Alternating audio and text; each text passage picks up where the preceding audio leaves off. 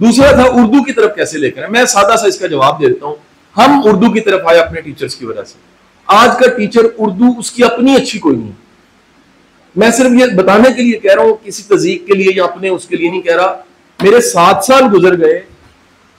آپ میں سے گورنمنٹ اسکول ٹیچر کون ہے؟ گورنمنٹ اسکول والے کون سے؟ ہیڈ ماسٹر ہے کوئی؟ ہیڈ ماسٹر, ڈی او صاحب, ڈپٹی ڈی او صاحب, ڈی ایس ٹی کا پتہ سر. میرے 7 سال یہاں گزرے.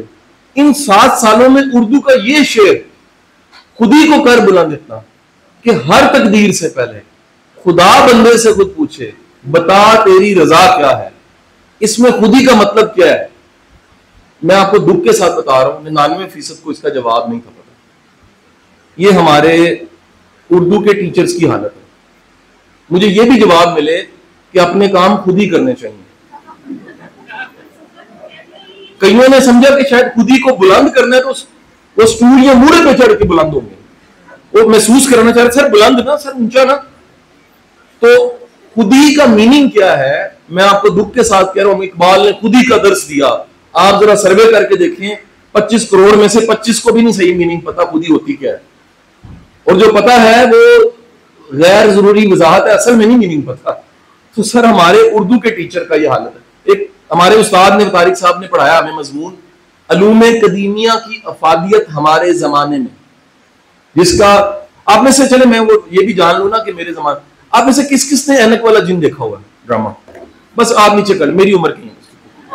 میں تو صبح سے سمجھ رہا تھا کہ بڑے چھوٹے چھوٹے لوگ, تو ماشاءاللہ سارے ہی سے بزرگ بیٹھے ہوئے یہاں پر زمانے جانچنا. ایک دفعہ نا جی وہ گروپ تھا سر ہیڈ ماسٹروں کا نا, وہ پکڑے نہ جائیں. تو میں نے انہیں پوچھا جی وارث ڈرامہ دیکھا ہوا؟ سب نے کہا ہاں جی. میں کہا تسی سارے 55 سال دے, کیونکہ جنہیں وارث ویکھے 1982 وچ ویکھے نا, میں 2 سال دا سا.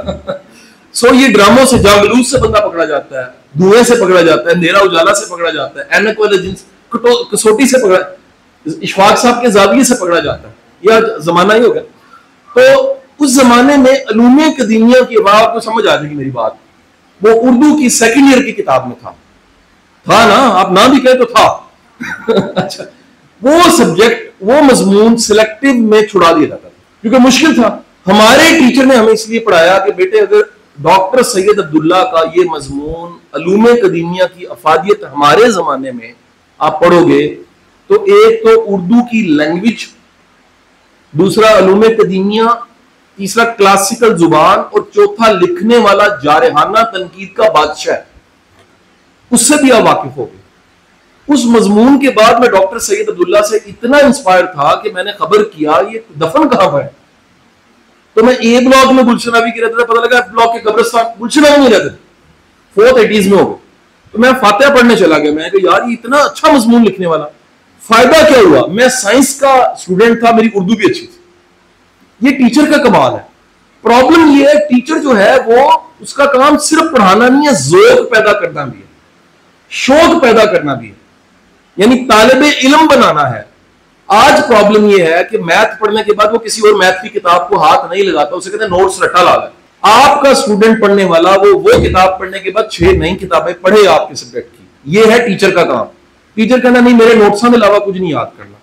سو میری گزارش یہ ہے کہ ٹیچر کو وہ ذوق پیدا کرنے دیا جائے جو اردو کے ٹیچر کا اپنا ذوق ہوتا ہے. اس کے نتیجے میں اردو خود ہی بچوں کو آ جائے گی اور اردو کی طرف چلے جائیں گے.